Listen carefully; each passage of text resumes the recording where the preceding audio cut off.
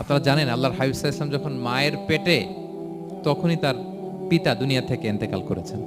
6 বছর বয়সে তিনি মাকে হারিয়েছেন। মায়ের ইন্তেকালের পরে দাদার কাছে, আব্দুল মুত্তালিবের কাছে লালিত পালিত হতে লাগলেন। 8 বছর বয়সে দাদাও ইন্তেকাল করলেন।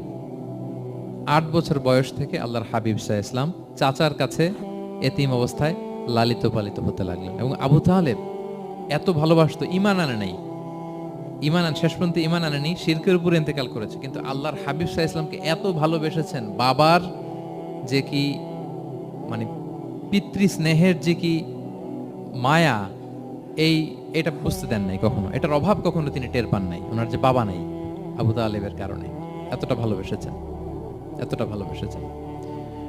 তার মানে কখনোই রাসূল সাল্লাল্লাহু আলাইহি ওয়াসাল্লামকে লালন পালন, রক্ষণাবেক্ষণ, টেক কেয়ারের কোনো গ্যাপ আল্লাহ তাআলা রাখেননি। হালিমাতুস সাদিয়ার কাছে, পরে মায়ের কাছে,